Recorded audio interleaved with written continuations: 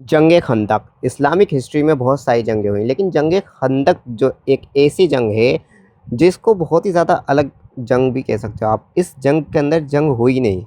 हाँ भाई, सच में ये इस्लामिक हिस्ट्री की खिलाफत राशिदा की तीसरी जंग थी।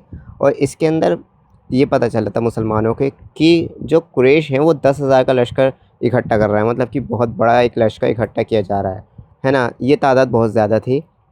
फिर हमारे जो नबी थे उन्होंने सहाबाओं से मशवरा किया। फिर एक सहाबा थे, उनका नाम था सलमान रज़ी अल्लाह ताला अन्हु। उन्होंने मशवरा दिया कि क्यों ना एक खंदक खोदी जाए, यानी कि गहराई से एक खाई खोद दी जाए जिससे कि वो आगे ना बढ़ पाएँ। तो ये आइडिया पे काम किया और ऐसा ही हुआ, खंदक खोद दी गई और वो बहुत गहरी थी। और जब वो आए, कुरैश आए, तो उन्हें ये देखकर बहुत हैरानी हुई एंड वो आगे नहीं बढ़ पाए उस गहराई की वजह से। कुछ लोग आगे बढ़े तो वो मारे गए।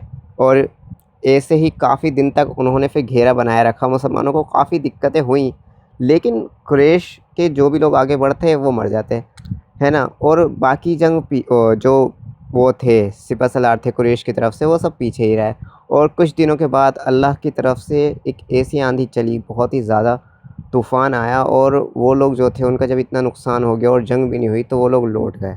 और यहाँ पे देखो कितना एक अलग ही एक अनोखी जंगों में ये शुमार की जाती है। और अल्लाह की मदद कहाँ से किस तरह से आ जाए ये हम लोग को इस चीज़ का मतलब सोच भी नहीं सकते।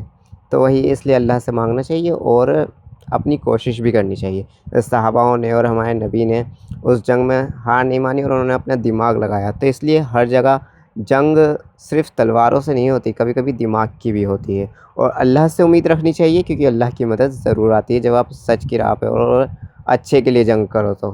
तो इसलिए भाई, जो भी लोग वीडियो देख रहे हैं वो अल्लाह से उम्मीद कभी मत छोड़ना।